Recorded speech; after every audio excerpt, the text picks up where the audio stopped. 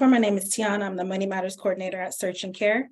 And just to give you a little background about Search and Care, we are a social service agency.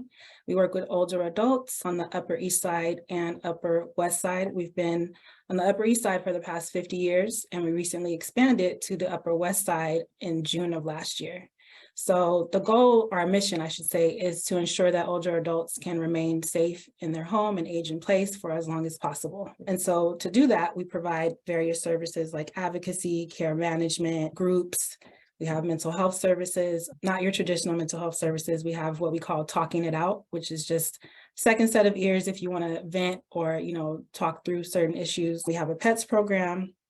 We have a technology program that we call Silver Circles. And this would be, say you have a cell phone or you have a computer and you don't know how to use it, or, there's a glitch or something like that. Then we have coaches that can come to your home and help you with those things. We also have medical escorts. And lastly, we have Money Matters, which is a program that I manage. So Money Matters is basically a financial management program. We have a team right now of 5 individuals we have 2 social workers, and we have the rest of our team is made up of financial navigators. So these are individuals who used to work in the finance industry in some capacity. They're all vetted, they have experience working with personal finances.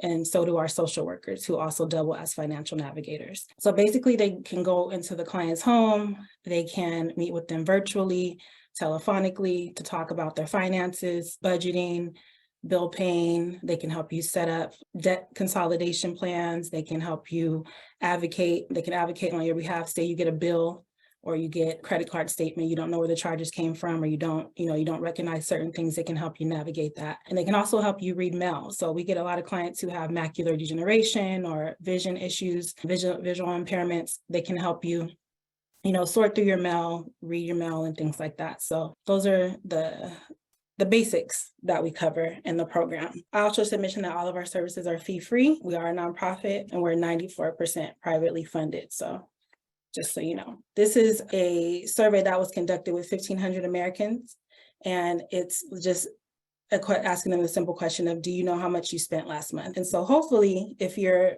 in the don't know category, we want to move you to the other side so that you can be more knowledgeable about, what you have coming in and going out, right? So you can be more in control of your money. So that's pretty much the goal of this presentation. So first of all, I'm going to start out with discussing what a budget is, right? So it's basically a financial guide for daily money management. So this is pretty much a blueprint of all of your finances, your income, your expenses, to give you an idea of what you have, on the day-to-day, right? There's 3 different types of budgets. There's a zero-based budget. So the zero-based budget means that every dollar is assigned. Every dollar has a name, right? So this means that when you create your budget, when you get to the end of it, you don't have any money left over, it's zero. So that means that you've allocated funds for your savings, you've, put in money for debt, rent, every single expense that you incur during a month course, you identify it and you assign a number to it. The next budget is 50-30-20 budget. This means that your funds are divided up into 3 different categories. So 50% goes to your needs, 30% goes to wants, and then your debt and savings is 20% of your income, right? So this is important when you're trying to determine your necessities, right? Because sometimes I think a lot of us can put our wants into the needs category, but sometimes when you have a visual, then you can see that, this is probably not really a necessity. So when you divvy it up like this, you can kind of see like what's what, and if, the things that you actually want are things that you need, right? The last one will be the goal-based budget.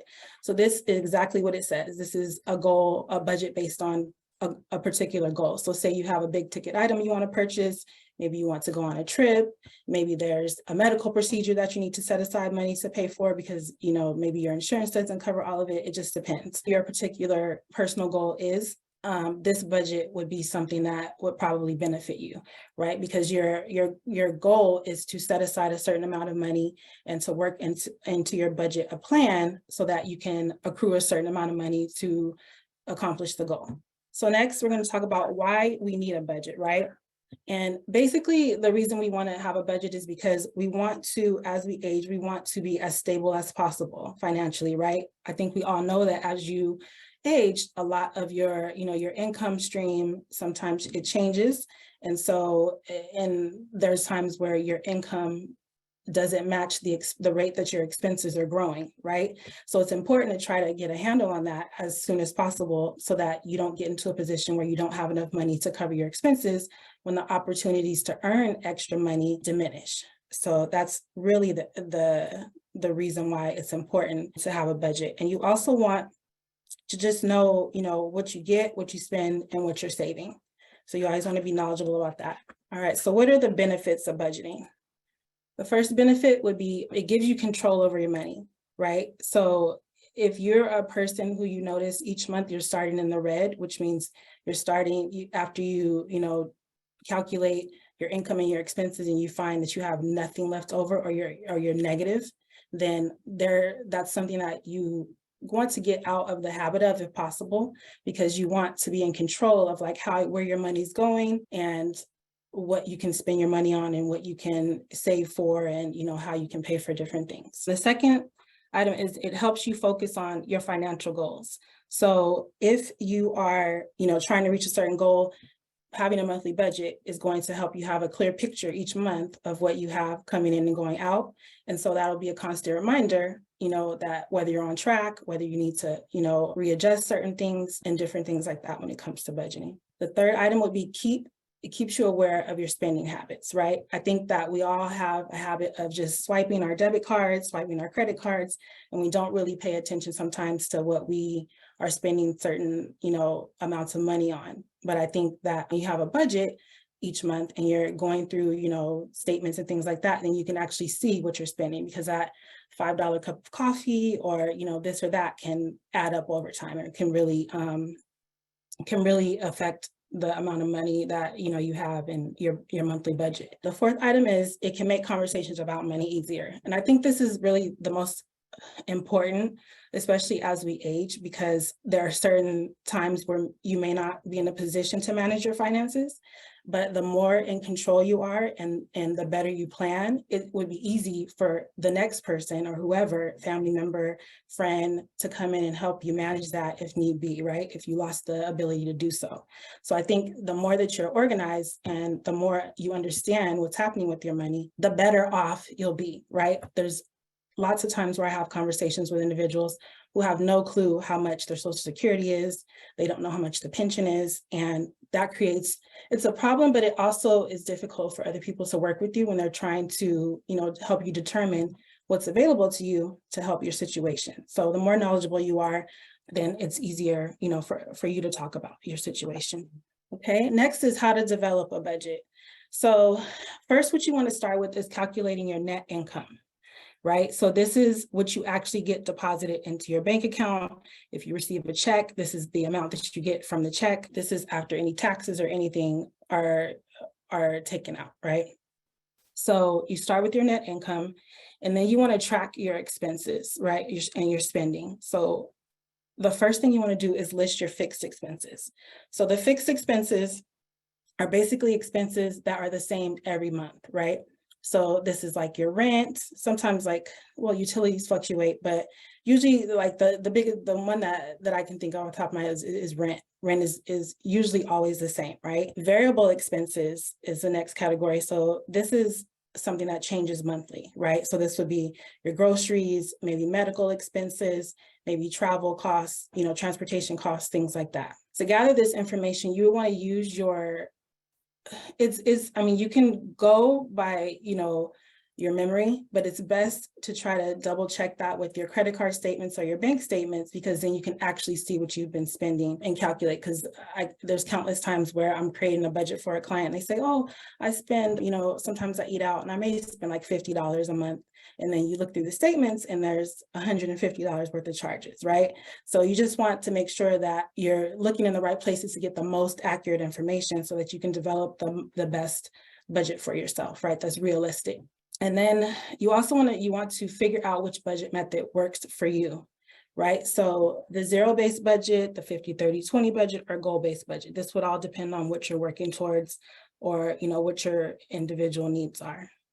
And lastly, you want to just set realistic goals, right? You don't want to create a budget for things that are outside of your means, right? You want to remain realistic. You want to try to accomplish goals that are achievable, because what's the point in making a goal if you're never going to be able to get there, right? It's going to be discouraging. It's going to cause you to not even want to follow the budget.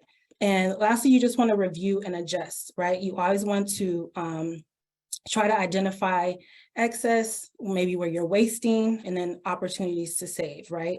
So you want to, when it comes to opportunities to save, it's good for you to look for alternatives, right? So when it comes to food, maybe depending on your situation, maybe SNAP is an option, which is the food assistance program. So which depends on your income, right? There's opportunities to use coupons. Sometimes you can go to the pantry. It just depends. When it comes to health care and medical care, sometimes there are different programs that can help you depending on your income as well. There's like the Medicare Savings Program.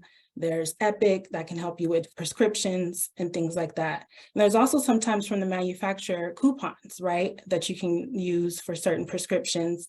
And on top of that, there's also, you can also review your medical plan and just determine whether, there's a better plan out there for you if you feel like there's too much money being spent towards medical costs out of pocket, right? When it comes to clothing, also that's something you can maybe thrift instead of going to like high ticket, stores or things like that. Or sometimes you can use coupons for those things as well, depending on where you shop.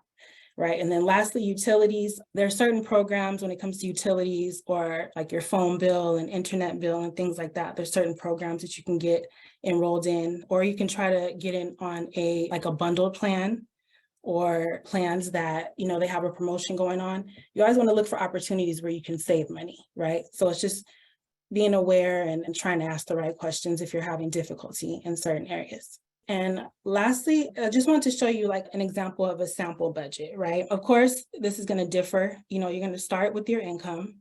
And the basics are just, you need to have a column for income, column for expenses. However you want to, break that up is up to you. There's various online, you can create your own, whatever works for you. So, there's obviously your sources of income. If you receive a benefit like SNAP, you want to put that in there as well, because that's also income, right? Even though it's unearned or whatever. So you get your total for your income, and then you want to work on your expenses, right? So these are going to be different for everybody, but most of us have like rent and, either a phone or something like that. So you can switch these around however you see fit, right? And then you want to just subtract, and then that's going to let you know that, what you have left over, or, what you don't have, right? And if you don't have enough, then that means that something else has to happen with the expenses so that you're able to afford, your bills each month, right? That is the gist of budgeting. If you have debt, how much do you determine, like, how would you determine how much goes towards your debt and how much would go towards savings? Are you trying to pay down the debt, or? I think it depends. It's on a case-by-case basis, right? So it depends on the amount of debt you have, and it's going to depend on, I think that certain people, it will depend on your goal. So, I mean, if your goal is to pay the debt down faster, then obviously your savings, the 20%, the savings is going to have to be a little bit less. So maybe that's going to have to be 5%, right? So it just is going to depend on your particular goal. How important do you think credit scores are? They're pretty important, especially if you're looking for housing. That's one of the main things that they look at. So, you always want to, I think, from my experience working with my clients, some people don't think that it's that important when you get older, because they feel like their housing is stable, or they feel like this is stable or that is stable, but you never really know what's going to happen. So you always want to try to keep it, in the best possible condition that you can, right? Because you never know if you're going to need to use, maybe you'll need to apply for a line of credit to pay for something that's an emergency, or, you might need to get a credit card because you have an emergency and you don't have a cash flow coming in that you could pay for a large expense at that particular time. So I would say that it's definitely important.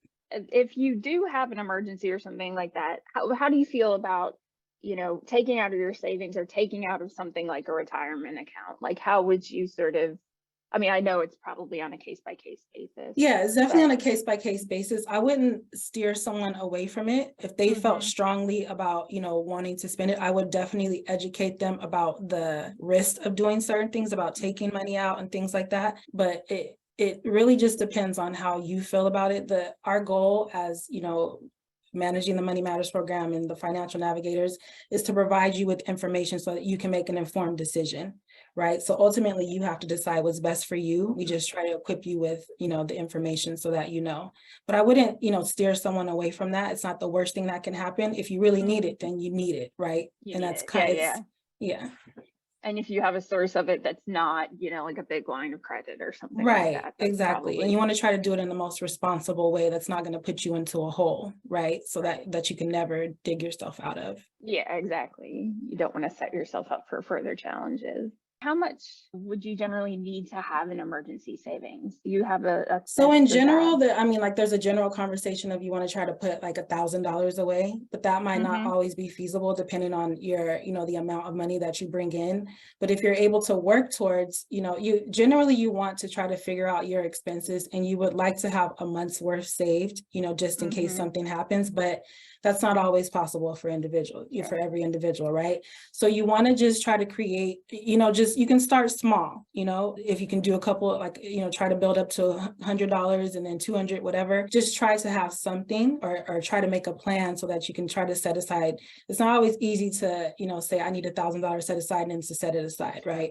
So you just kind of want to start, and that's kind of what budgeting helps you to do, right? Because if you're working savings into your budget, then you can start to grow that, each month instead of, putting yourself in a position by setting it all aside at one time. Would you advise someone to do credit consultations to pay off credit cards to build up their credit? There are a lot of agencies out there that will give you this information, and they will try to charge you a fee, right? So they will set you up on these plans, and it's really work that you could do on your own, right? So like if you reached out to us, we could help you figure out a plan, and then you could, start to make the payments on your own. But there are agencies that will say, oh, we'll negotiate on your behalf and we'll do these certain things. And they really don't have the authority to do that. So they'll create a plan, and then you'll have to pay a fee. And if you're already in debt, you don't want to tack on more, financial responsibility when you don't have the money to pay the bills you already have. So just be really careful, try to vet, any agency that you go with, and to make sure that they're not, charging you extra. There's quite a few like nonprofit organizations that can help you with debt consolidation. Yeah, it's where I was going to mention too, from my limited knowledge about this, but it probably makes sense to look for nonprofits as opposed to definitely. Yeah, but if you start to Google it, like the first thing that pops up is usually one that you're going to have to pay for. Totally. So, you don't want to always go with the first thing you see. Just try to, do your research. Yeah, be aware that they will prioritize the ones that cost money when it comes to advertising. Exactly. So.